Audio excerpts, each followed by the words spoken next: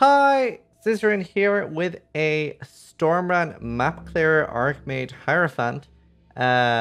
This is a build that I'm currently playing on my stream quite a bit, and probably my favorite thing to play right now.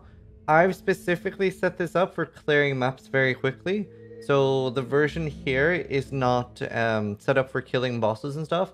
It can do, especially on softcore, but I've lowered the single target quite a lot just to get more AoE clear and like pop off a lot more. And in the background video that I was showing at the start, it's actually a slightly less AoE version than what I had for a long time. I'm like experimenting with getting a little bit more survival. So what I've done is I've included like the character and the tree and exactly all the gear that I have in the POB, and then I have like a low level thing. And then you have, I'm gonna make a third one too, with some examples actually. So you get some gear examples of what to go for. But, so first I'll talk a little bit about my character and what I'm using it for, what it's good at, and a little bit about ascendancy choices. And as always, if you haven't seen one of my guides before, check out like the POB description part, because I use it quite a lot, and you can see here like normal, cruel, and merc lab, etc. And that's all in the ascendancy. So it's a step-by-step like normal. And I don't know how well this would work on SSF, because I think a couple of things like foible and a few other mana items would be like pretty harsh to be without. So it would work, but I would prefer playing it on Trade League, I think. Or at least as the second character when you already have some of the items. So this is Path of Building, and we use it in a special way, like way more than most streamers do. So first, there's like download instructions for Path of Building in the description. I'm using a separate branch as well, and we'll have instructions on how to do that. It's a lot more up to date and also has some extra special things like it lets Path of Building do actual impale calculations, and you get to have Pantheons. So if you're wondering why mine looks different than the default Path of Building, that is why. It's definitely worth getting POB.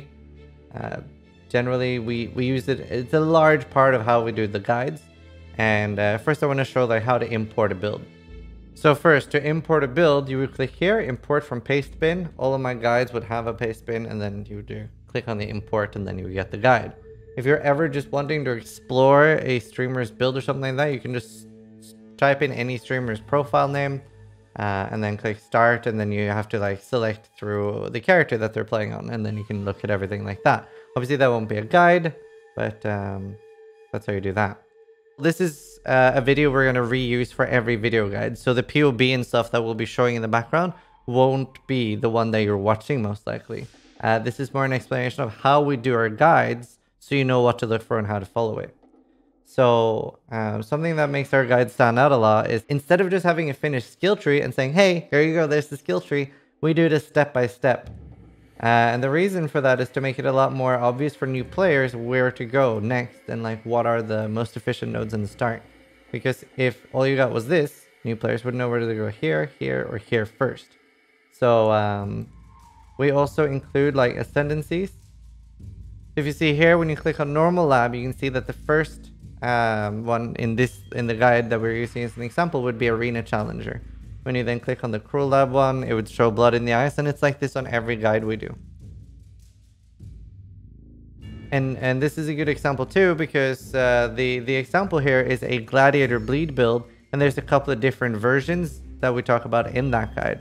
So like there's one where you focus on cluster jewels, there's one with when you switch to the bleed part, and there's another like block version for tank gear. In the skills section, we usually try to make it very, very obvious, like what's for leveling and what you're actually using endgame, and like what your AoE and what your single target is.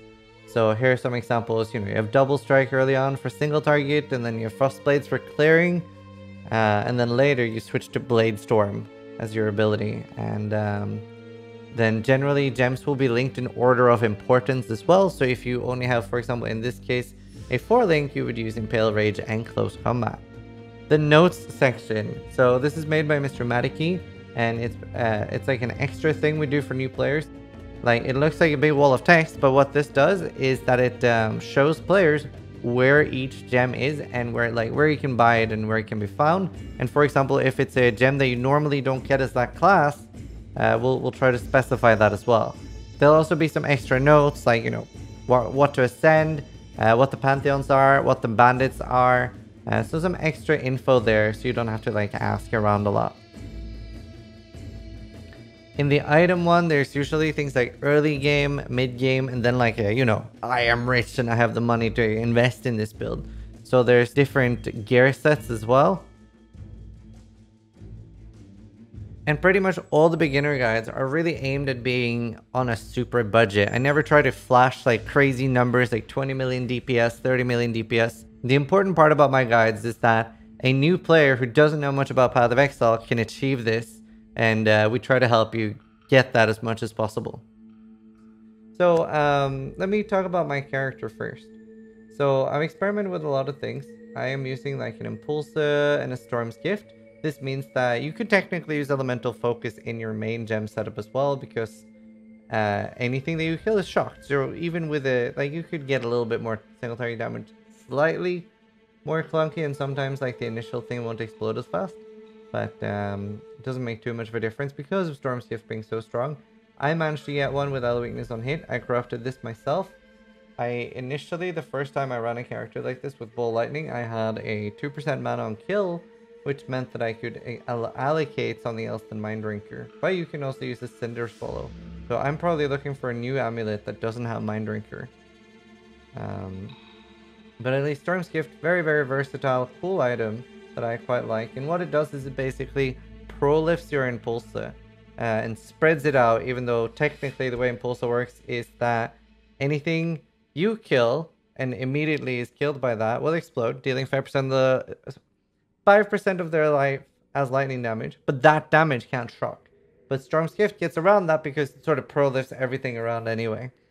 So these two are a really, really cool combination and quite enjoyable. More importantly, it also means that we don't have to have chance to shock, we don't have to have crit chance, and we still get to use Impulsa to our benefit, which is extra nice because scaling Impulsa with crit is really hard, can pretty much only be done with Assassin, and to really pull it off, you want a Watcher's Eye with the Hatred crit thing, giving base crit, because you can scale Impulsa as crit, then with the Crusader Explosion, and it's pretty doable with a Headhunter as well.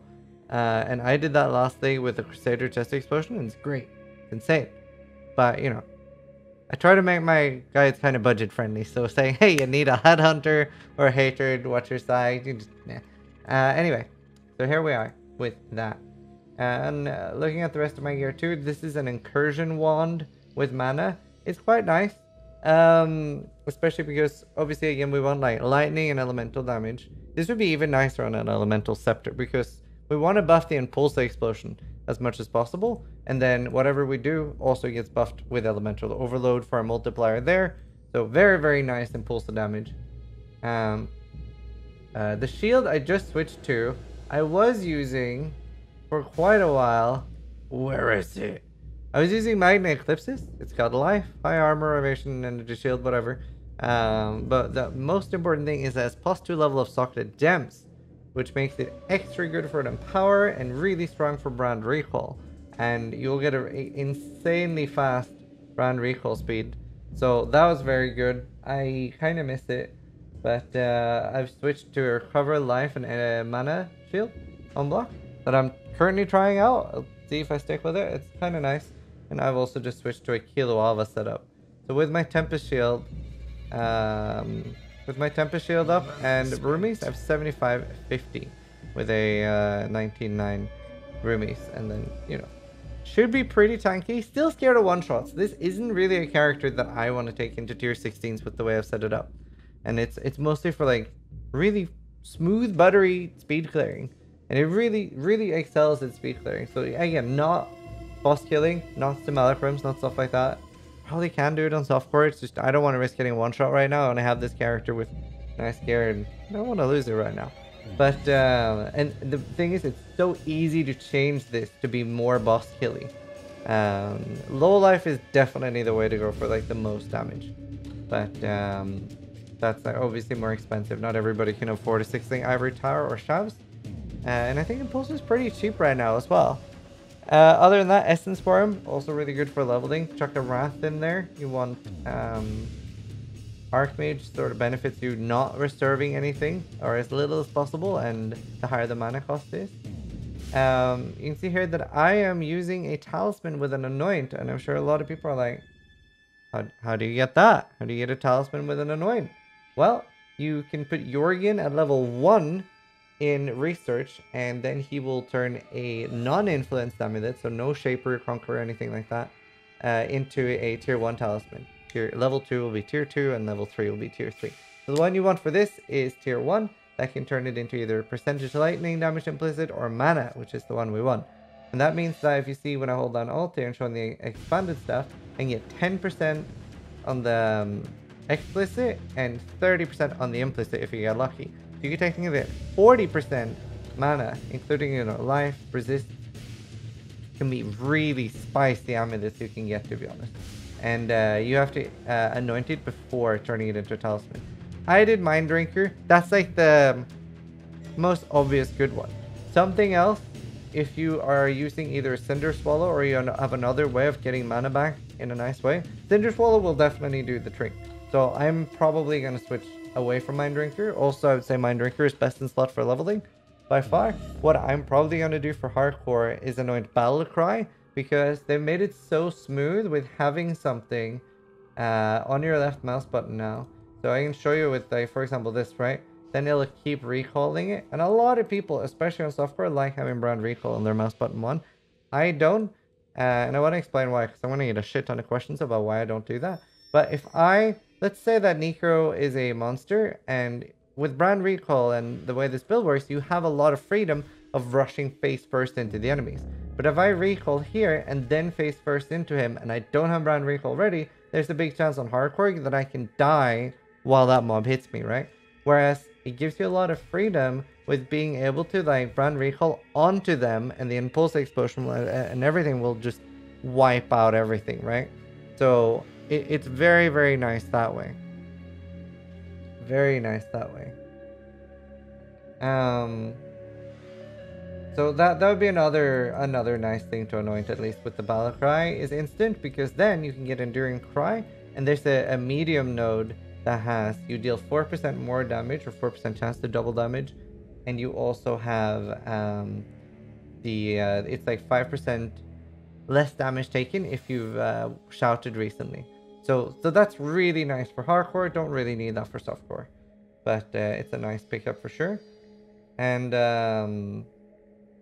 other than that, we can look at more of it. The other one, just pretty shit ring. Just needed a lot of dex. Definitely a bit of an issue with stats on this build. And while leveling, do remember that you have access to, like, this dex node here at level 50s around that dex node, and another dex node here at precision, which is nice in general for move speed. Great node. Hard to fit everything in this build. And belt, I'm using a Soul Tether. And the way Soul Tether works is it gives you Slayer Overleash, because life leech effects are not removed at full life, and because you're constantly losing energy shield, you're never really full energy shield ever. So they're never removed. That means that if you take damage, you're instantly recovering again, as long as your leech is still lasting. Potions, Roomies, Cinder Swallow, Curse Immune there. I have Corrupting Blood Immunity on some random jewel here. There. And then just Alchemist Adrenaline, Freeze Removal here. Using 2 Fevered Minds. I was using 3 until today. I managed to drop a Lethal Pride. What that does is it doubles your block chance. So it's a bit of a pain as a streamer to use this, because sometimes you have people that aren't watching this part, which I know, 10 minutes, incredible long amount of time to watch a video, but a lot of people will be like, hey, why do you have Pain Entombment on a life build? Because obviously Path of Building doesn't switch it into Kill Lava. So I really appreciate you guys who are watching this part. Anyway, as far as tendencies, I want to talk a little bit about them. Like, you start off just with, like, Sign of Purpose, then you do Divine Guidance, then you do Persuasive Faith. This right here is a cause of a lot of questions, because a lot of people don't read the full node. Now, it says 6% increased damage per enemy killed by you or your totems recently. Turns out that most people just read this as 6% increased damage per totem kill. because I get at least 50 questions per day asking why I have this node and if brands are considered a totem. They are not. They are not considered a totem. They're just it's a really strong node. So if you see whenever I'm clearing, especially if it's a map with like scarabs and sextons, I have between 100 to 150 enemies killed recently. That means if it's on 150, I'm getting 900% increased damage from this. And this is so strong because we don't really have that much increased damage. Even on our like, brand nodes and here stuff, we don't have that much damage. But we do have a shit ton amount of flat from the Archmage build. And while we're standing around doing nothing, we don't have that like, we don't have a beefy tooltip or any like insane damage. But the reason we get so much damage while clearing is because of this node, and that in turn buffs the impulse set, which is why I've set it up like this, and it's so fun to clear. You definitely notice that if you aren't able to kill that many mobs recently, so like at the end of Delirium maps, if there's resist mods, that can get a bit sketchy.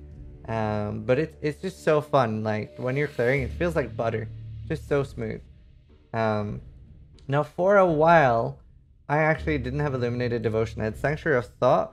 I feel like you really 100% need to be able to use 3 Fevered Minds, because I felt like it was such a big drop off in my damage, and even 4 wouldn't be bad while having that node. I felt like such a big drop off in my damage from the 50% less, which is obviously a terrible thing. It does give you a lot of survival early on when you might not have that much gear, so you can get a lot of mana still, and it gives you an incredible amount of AoE, because this can give you up to 100% increased AoE, because then you just need to hit 5,000 mana. It's very doable on an Archmage build without like focusing that hard on that part. I have like around 4k. I think I had like 4.4 before, but even like hitting 5k is pretty easy on this build. Now we, as I said, haven't set up much for single target damage. My single target damage did go up a bit now because I switched to Kiloava, so I had to drop the node, and I do only have 2 Fevered Minds. But I'm not using this in like very high maps. Like it's clearing tier 16s. You can definitely clear tier 19s without Delirium. The end of tier 16s is a bit sketchy on really long maps. You know how like the further away you are from the portal, the more like damage resistant stuff they'll have. Definitely feel it at the very end of some maps, and for the boss you can feel it. But it's still really enjoyable, and I'm having a lot of fun with the build. I want to optimize it a little further with trying to get a better amulet. Very hard to fit everything, as you can see. Like I'd probably be finishing off with like a life node here, here, as we continue growing older on the character. But yeah, a bit hard to fit with cluster jewels. You could also initially you could take like the 2-slot ones, but I feel like they are pretty good, especially if you roll them. This is also where I'm getting some of my stats, I believe. Yeah, I don't actually have enough dex without that. They can be so strong. Like you can get like 10 all res or something, or is it 8? That's the max.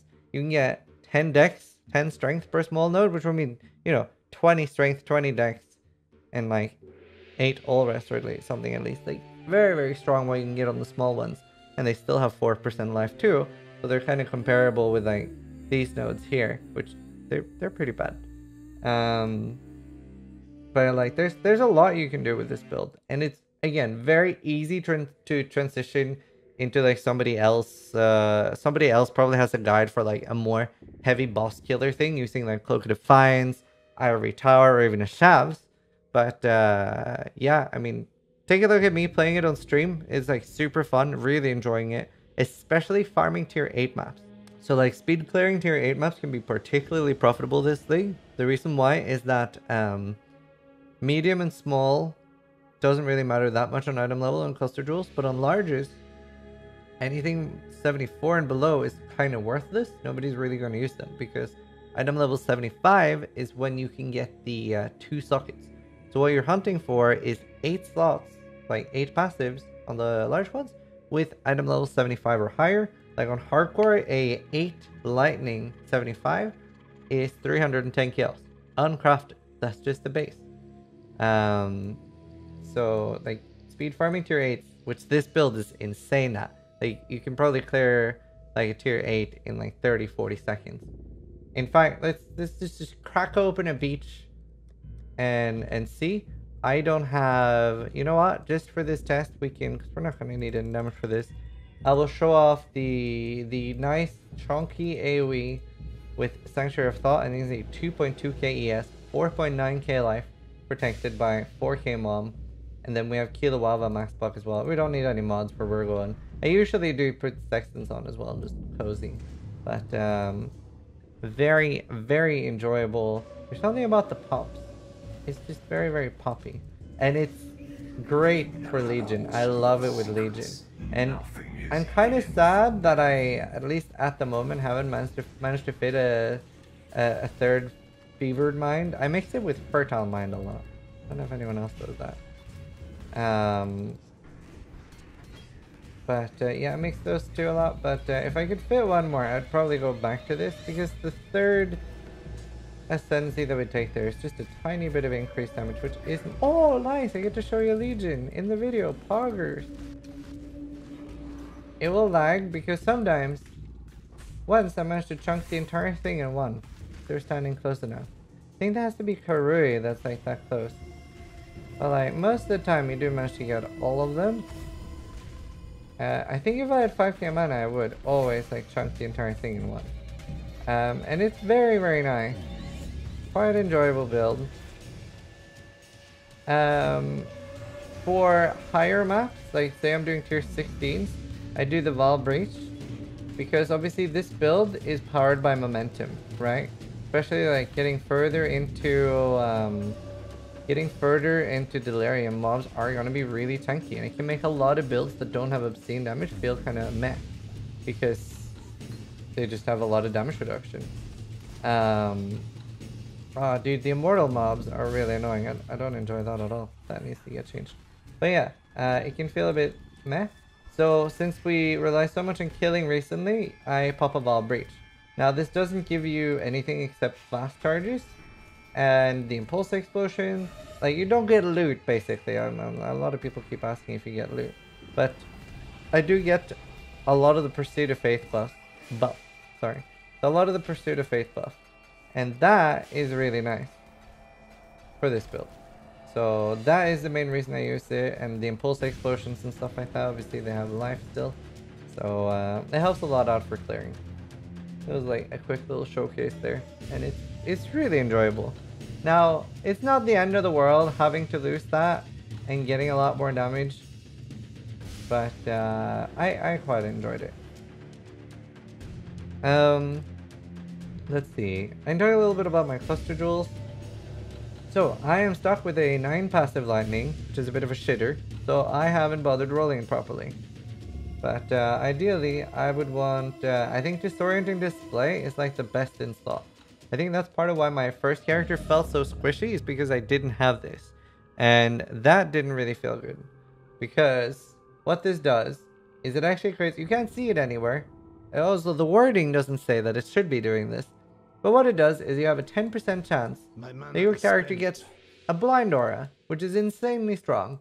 And it like travels with you. So it's not like you're just blinding areas in that area. Also, the Disorienting Display also gets area from Sanctuary of Thought. So if whenever you're Disorienting Display procs and you have that, everything's blind. The AoE is huge. It's like bigger than a screen basically. So very nice defense from this. Getting a second one would have been nice too, but it's going to be hard to fit a second cluster in this. Brand loyalty is a little bit more single target, and brand attachment range is always nice. And Seeker runes I found quite fun. I quite like them. It basically means that they're just kind of flubber around the place. So I did brand loyalty and flubber runes. Fetal, just insane amount of life, and then just stats. Basically, that's TLDR how I did mine. Kilowava, again, didn't use that until today, so it's not exactly mandatory. And survival felt pretty okay with Disorienting Display. It definitely was a big change for me when I got that. Let's see, we can look a little bit at like low level twink gear. So this was, I have 2 examples. Like leveling with 2 of these is fine. Just, you can throw some metallic fossils at an item level 2 wand. This is better than any unique. You could, like, Life's Breaks, I don't know why anyone would use them anymore. These are better in every single way. Because The gems don't have to be socketed, right? You can have the gems in your tabula and these give them +1 level. All lightning spells heal gems with some lightning damage and fire damage spells. This is great. Cold Rim, perfect. Tabula, perfect. Valkyries, I don't know how many people normally use them. These are my favorite leveling gloves. I use Nocturnal Caress until 27. At 27, I switched to Valkyries. Crazy amount of life and cold resist at level 27. So that's nice. And if you don't have a tabula and you only have a 4 link, if something is, for example, a Val Arc, they'll still get +2 gem level in this. So very cool on Link Start. Wanderlust, obvious reasons. You move faster. Foible, especially with Mind Drinker, is pretty much best in slot until you get a talisman. You can't really beat it. It's insane. Essence Worm at level 38. Throw a Wrath in there. Barracks Pass. Any Barrack Ring, pretty much just like nice flat added damage. Doesn't matter that much once you get your Archmage, but until then you don't have that much flat, and then it's great. Darkness Unthroned as well. This is something I always use at level 1. It's a bit of a pain to get no level requirement Hypnotic Eye Jewels. Just search for max required level 2. And you will find things like this. So yeah, they're nice. I switched to shield around Blood Aqueduct, I think. And you can see the leveling tree as well. I want to talk a little bit about that and explain leveling more better. But you can see here, like we have the dual wielding nodes for leveling. Makes flame dash or dash. Dash with second wind is great once you have 31 second wind. Problem is like leveling it, because I really struggle on dex on this build. Let's see. 45 points, and yeah, like once you get Prodigal Perfection, like switching to Archmage at 31 is great. I'd say like getting it fairly early. Where did I first take there? Probably like somewhere around level 40 to 60. If you have a Fevered Mind, throwing it in early is a very noticeable damage boost. Even getting too early is like really nice. Just make sure that you can comfortably cast. Obviously you want to like spam your brand recall more than anything else, but yeah, make sure that you can like comfortably cast as well. But yeah, I really enjoy the build. Like I said, I've like tried to list all the pros and cons and stuff. It's really fun. There's something really nice about the pro lifting and pulse explosions. In this skill tree here, this is my entire character setup of what I'm using, and you can again look at Zizaran explode the map in my profile. Hopefully it's on Delirium Hardcore. If not, I fucked up somewhere. If not, here's like the leveling setup. And yeah, freezing pulse until level 4, then switch to Frost Bomb, switch to Storm Run at level 12. You can use Explosive Trap as long as you feel the need. For extra single target, you can throw in more like support gems there. I usually ditch it at level 12. And then use Herald of Ice and Thunder until you get Archmage, and obviously then you don't want to reserve anything anywhere. And then yeah, Stormrun, Archmage, 31. And then once you get 38, swap Onslaught out for Chain and use the Silver Flask instead. Brand Recall with Second Wind. And that pretty much, I'll update the notes a little bit more hopefully before we finish, but it's pretty much it. If you have any questions, you can drop by my stream at twitch.tv/Zizaran. Make sure you watch the guide first. The amount of people that open my POB and don't watch the guide and then ask questions. Thank you so much if you watch the entire thing. I really appreciate you. The amount of times I get people asking about spiritual aid and if things are minions, and thank you for getting to this part. So yeah, hope you guys have an excellent day. Stay safe and stay social distancing and whatnot. Thanks for watching. Try to die less than I do.